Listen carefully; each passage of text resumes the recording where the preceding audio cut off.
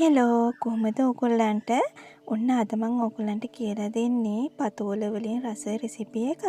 මේ රෙසිපි එක YouTube channel එකේ මම හිතන්නේ මම තමයි පළවෙනි වතාවට ඉදිරිපත් කරන්නේ. ඕගොල්ලොත් බලන්න මේ පුංචි වෙනස පතෝල වලට කරලා. මම මේ රෙසිපි එක කරන අතරතුරේ ලස්සන බණක් ගියා කෝරළේගම සරණතිස්ස ස්වාමින් වහන්සේගේ. අපි බලමු බණ අහන ගමන්ම කොහොමද මේ පතෝල තෙම්පරාදුව කරන්න කියලා.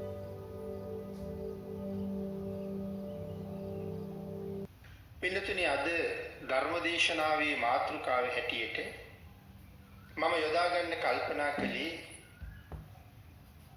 නොඑක් ආකාරයේ වචන ඔබේ මගේ ජීවිත කාලය තුල මේ වෙනකොට ඔබේ මගේ කටින් වචන කීයක් පිට වෙලා ඇද්ද?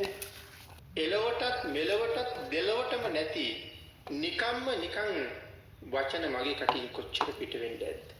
ඔබම හිතන්නේ මේ දෙක අතර වෙනස කොච්චර තියෙයිද කියලා.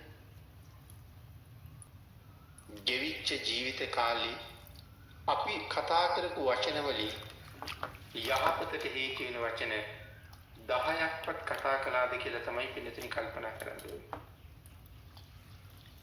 වචනේ ගැන කතා කරනකොට වචනයෙන් සිද්ධ වෙන වැරදි 4ක් දේශනාකට වදාළා. මේ වචනයෙන් කරන වැරදි මේ වෙනකොට ජීවිතේ කොයිතරම් අපි කරලා තියෙනවද? අකුසලයක් නිසානේ පෙන්නලා තියෙන්නේ. බොරු කියන්න එපා. දරුණු ගණේ අකුසලයක් මුසාවාදා කියලා කියන්නේ. මං හිතන්නේ ප්‍රාණඝාතයට වඩා බොහොම බලවත් කෙනෙක් මුසාවාදී කියන්නේ. අකුසල කරපු අය ප්‍රාණඝාත කරපු අය ලෝතුරා භාග්‍යතුන් වහන්සේගේ ශරීරයේ ලේසලින් වන මහරහතන් වහන්සේ නම ඝාතනය කළා. ඒ වගේම තමන්ගේ අම්මා තාත්තා ඝාතනය කළා.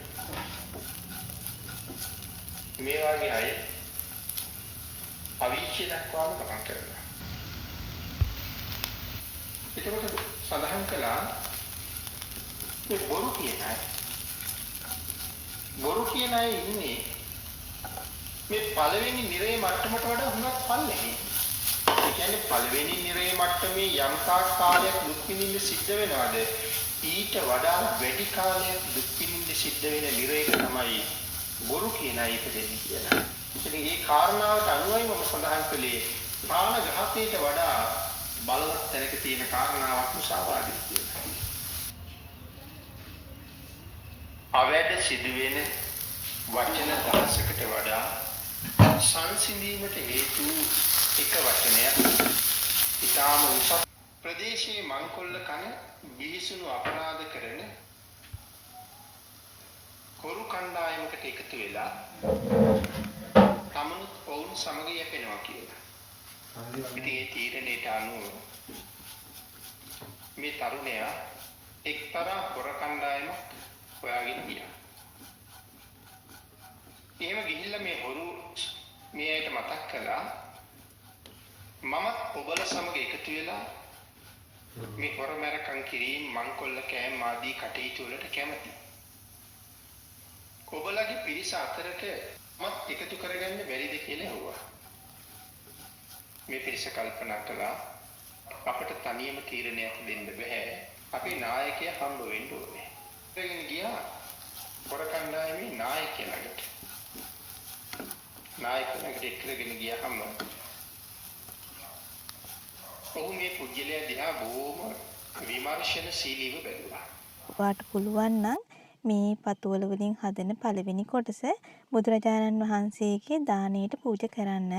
ඒක මගින් ඕගොල්ලන්ට කරන පොඩි ඉල්ලීමක්.